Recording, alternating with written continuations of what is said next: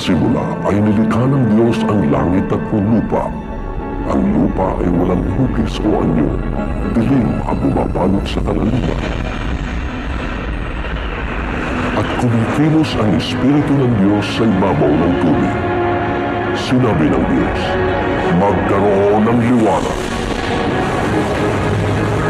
At nagkaroon na.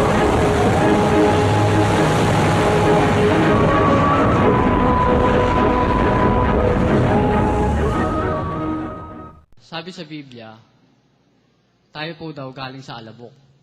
Ang tanong ko po, saan po ang galing ang Diyos?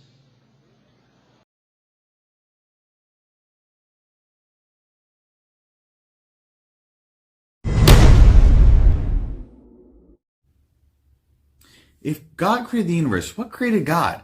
I think the problem is that if we go back in time, there could not have been an infinite amount of events that all were caused by something. We would just go back forever, but there can't have been an infinite amount of time. So ultimately, no matter what we believe, we get to a point where there must have been one thing that was uncaused, always existed. Now, Christians believe that that is God, a person. But if you're not a Christian, you're going to have to appeal to saying the universe always existed or the multiverse always existed. Something must have always existed. So there's no problem with the claim that something caused an event but had no cause itself. In fact, that's a necessary belief. Something must have always existed and was never caused but caused everything else. The question is, what's the best explanation for that? What kind of thing would that be? I think the best explanation is a person, a powerful person who can always exist and then choose at some point to cause everything else. Who created the creator is the question. Yeah, I mean, that's a great question.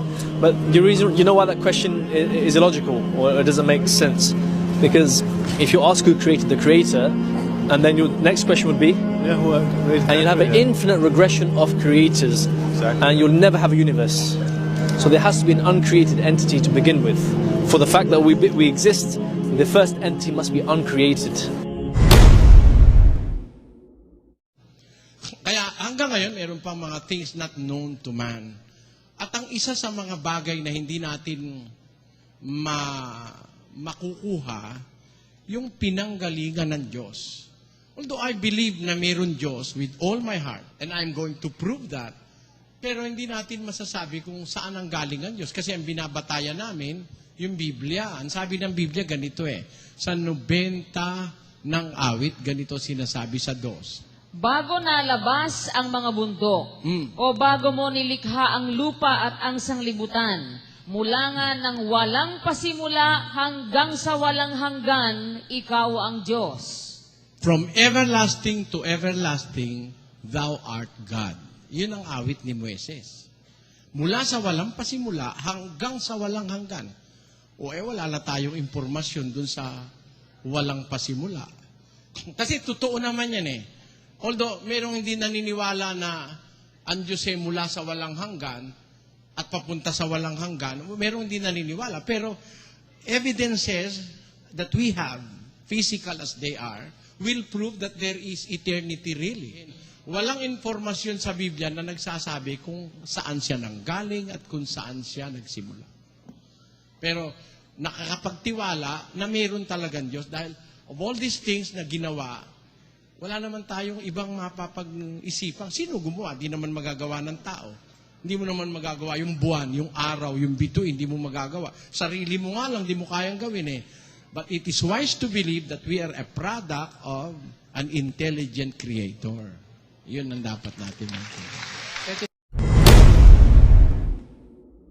Time, space, and matter is what we call a continuum. All of them have to come into existence at the same instant. Because if there were matter but no space, where would you put it? If there were matter and space but no time, when would you put it? You cannot have time, space, or matter independently. They have to come into existence simultaneously. The Bible answers that in 10 words. In the beginning, there's time. God created the heaven, there's space, and the earth. There's matter.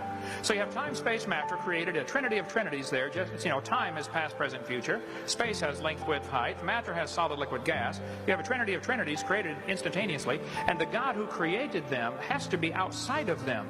If he's limited by time, he's not God.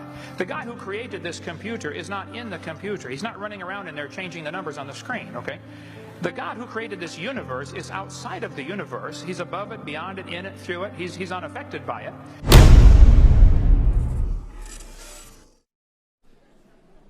The God who created the universe, ladies and gentlemen, was not created. He is eternal. This is the fundamental distinction between God and the universe. It came to exist, he did not. And this is precisely the point the Christian apostle John makes at the beginning of his gospel. In the beginning was the Word. The Word already was. All things came to be by him. God is uncreated. The universe was created by him.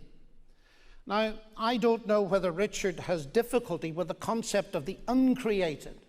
I don't know, and I'd love to know whether he believes as a materialist that matter and energy and the laws of nature were always there, because if they were, he does believe in something eternal. So perhaps the difficulty lies in believing in an eternal person.